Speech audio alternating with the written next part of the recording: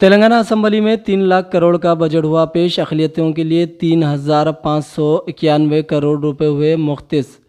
Telangana assembly का budget इजलास जारी है। माली साल 2025-26 के लिए डिप्टी चीफ मिनिस्टर वजीर फाइनेंस भट्टी विक्रमार्का ने असेंबली में 3,49,065 करोड़ रुपए के बजट को पेश किया।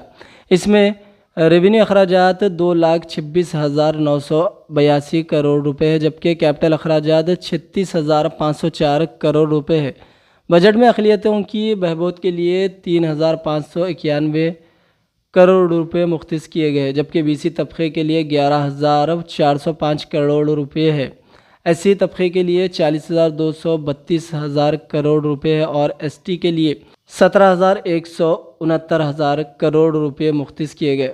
बताया जाता है कि वजीर श्रीधर बाबू कानून साज कौंसिल में बजट पेश कर दिया है। తెలంగాణ ప్రభుత్వం హైబ్రిడ్ యాన్యుటీ మోడల్ ద్వారా రహదారుల అభివృద్ధికి నిర్ణయం తీసుకుంది।